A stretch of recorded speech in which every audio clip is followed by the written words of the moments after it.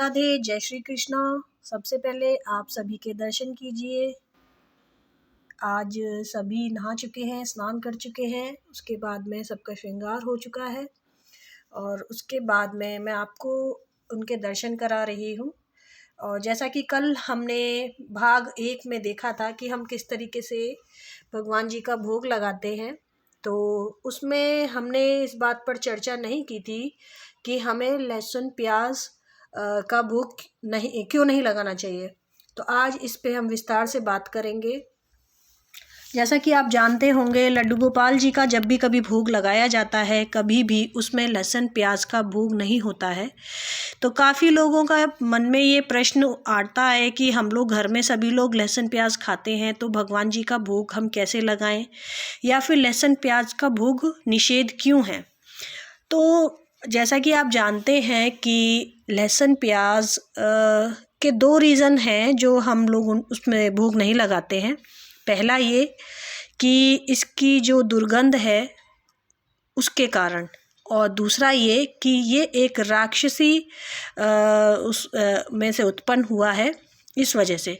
तो दोनों ही कारण अपने आप में मानने योग्य हैं, क्योंकि जैसा कि हम जानते हैं लड्डू गोपाल जी का जो भोग है सात्विक होना चाहिए, और जैसे ही हम उसमें लहसुन प्याज जब डाल देते हैं तो उसके सात्विकता भंग होती है, या उसमें सात्विक गुण उसके ख़त्म हो जाते हैं।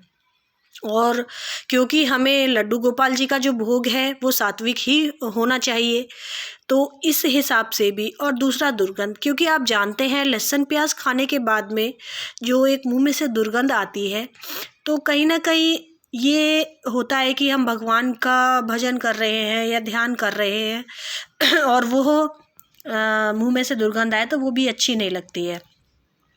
और काफ़ी लोग ये भी है कि भाई घर पे लहसुन प्याज बनता है तो सेवा कैसे करें। तो वैसे तो जहाँ तक है, जब लड्डू गोपाल जी की आप सेवा कर रहे हैं तो घर में लहसुन प्याज नहीं बनना चाहिए, पहली चीज़। लेकिन किसी कारणवश ऐसा नहीं हो पा रहा है तो आप ऐसा भी कर सकते हैं कि लड्डू गोपाल जी का भोग आप अलग से निकाल के बिना लहसुन प्याज का उनको भोग अर्पित कीजिए, और बाकी जो है लहसुन प्याज का खा सकते हैं। तो लेकिन ये एक विशेष कंडीशन ही होनी चाहिए, क्योंकि आप जानते हैं बिहारी जी है या जहाँ पर भी प्रभु जी विराजमान हैं, कहीं पर भी लहसुन प्याज का भोग नहीं लगाया जाता। लेकिन हम अपने आप को उसमें बांधे ना, क्योंकि अगर हम इस तरीके से बांध लेंगे तो हम प्रभु जी की सेवा नहीं कर सकेंगे, क्योंकि सारे घर के सदस्य खाते हैं और इस कारण से हम लड्डू गोपाल जी को भोग ना अर्पित कर सकें। तो ये कोई एक कारण नहीं होना चाहिए, एक बाधा नहीं होनी चाहिए, और इसको हमें हटा देना चाहिए। और अपने हिसाब से जो हम बनाते हैं, कोई भी, जैसे कि दाल है, दाल आप पहले निकाल लीजिए, उसके बाद में उसमें तड़का लगा के और लोगों को दीजिए। और आपका मन नहीं है लहसुन प्याज खाने का तो आप उस भोग को ग्रहण कीजिए। तो लहसुन प्याज में असुरी प्रवृत्ति के कारण, उसका असुर प्रवृत्ति से उत्पन्न होने के कारण निषेध बताया गया है। तो लहसुन प्याज हम इसलिए नहीं यूज़ करते हैं। दूसरा, सात्विक गुणता उसकी ख़त्म होने की वजह से भी हम उसका इस्तेमाल नहीं करते हैं।